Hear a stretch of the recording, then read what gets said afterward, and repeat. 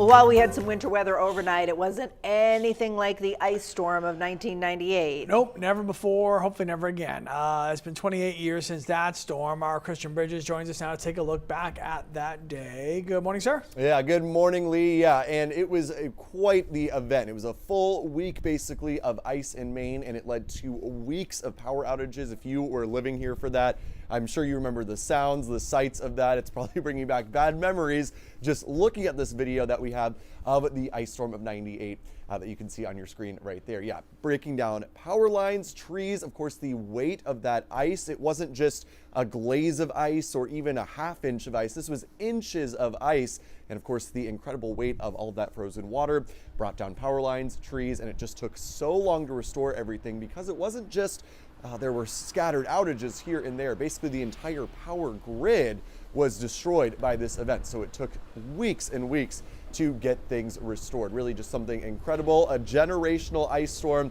hopefully something that we never see again. And again, this was 1 to 3 inches of ice with the ice storm of 98. When we get above a half inch of ice, we've got widespread outages, a significant event. Even in just the past 5-10 years, any ice event that we've had that's been a half inch or more has led to big problems. So you can imagine what the impacts of 1 to 3 inches, double, triple, or quadruple those amounts of ice would do to the state. So here's a little bit of a breakdown for you. It was January 5th through the 9th, so it began yesterday on this day, 98, but it really didn't ramp up until the 7th through the 9th, about a 50-hour window in there.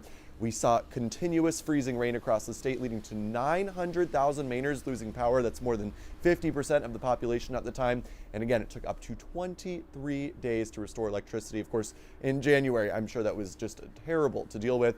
And again, ice accumulations were around 1 to 3 inches across the state, all thanks to this big storm that was just pumping all of this moisture into very low-level cold air. So it was all falling as rain and then freezing on the surface. So hopefully we won't see anything like that ever again in our lifetimes. A once-in-a-generation event. Certainly could see some ice tonight into tomorrow, but it will not be anything close to that level. For News Center Maine, I'm meteorologist Christian Bridges. Back inside to you guys.